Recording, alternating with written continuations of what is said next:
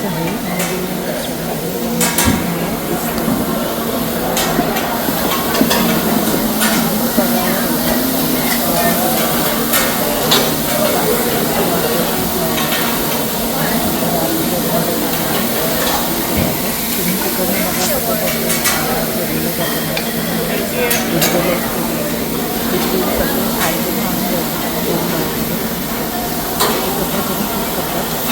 प्रत्येक दिवशी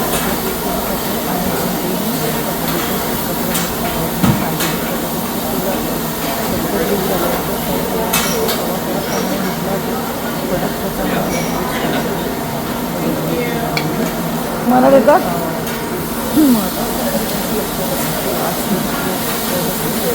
कोणत्या बरोबर राईट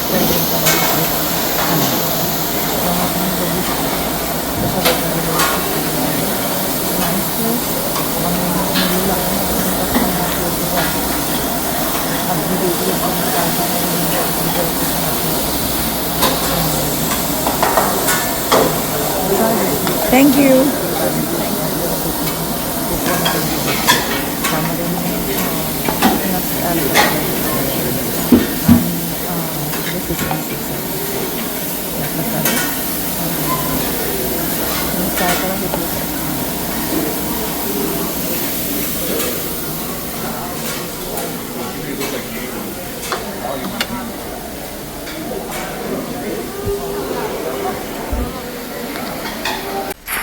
आता हे नवीन एक प्लेस आहे जिथे आम्ही विजिट केलेलं होतं, जिथे ख्रिसमस असल्यामुळे सगळ्या झाडांना लायटिंग लावलेली आहे. आणि दुसरं म्हणजे ख्रिसमस ट्री एक डेकोरेट केलेला आहे, जो एव्हरी इयर ते लावतात आणि त्याला लायटिंग आणि ऑर्नामेंट्स आणि डेकोरेशन आणि स्टार लावलेला असतो. हे स्टेप्स जे दिसतात, या स्टेप्सवर सगळे लोक बसतात इव्हिनिंगला. आणि इथे सगळं शॉपिंग सेंटर असल्यामुळे, शॉपिंग प्लेस असल्यामुळे तिथे स्टारबक्स वगैरे आहे सगळं. लोक तिथे नेहमी असतात दिवसभर. समरमध्ये ह्या स्टेप्सवर बसून पेरेंट्स बसतात आणि मुलं खाली खेळत असतात, कारण जिथे ख्रिसमस ट्री लावलेला आहे तिथे वॉटर फाउंटन असतं.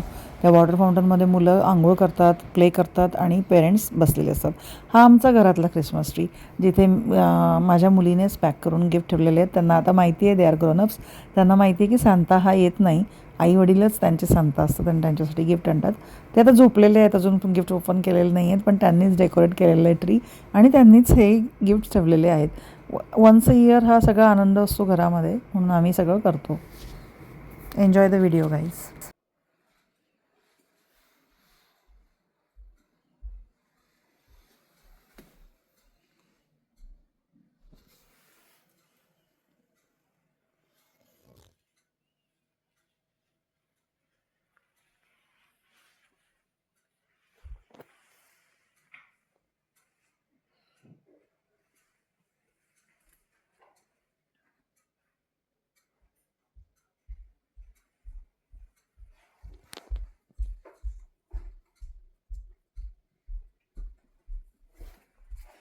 आपण पीस कुठेतरी लावलं होतं ना, त्याला रॅप नाही केलं.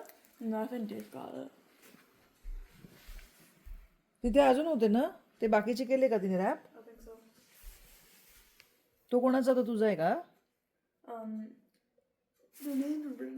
नो, दॅट्स फॉर यू और हर. मग तिने रॅप का नाही केला?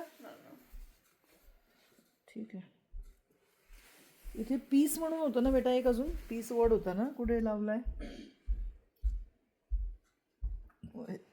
दाखव ना, पीस वर्ड कुठे आहे? अच्छा, हा आहे. This is a peace word. Peace, then believe is here somewhere. I just saw it. Believe, peace. This is a believe. These are bells, star.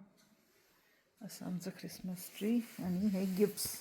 आता मुलांना माहिती आहे की सांता नसतो, मुलं स्वतःच रॅप करून ठेवतात.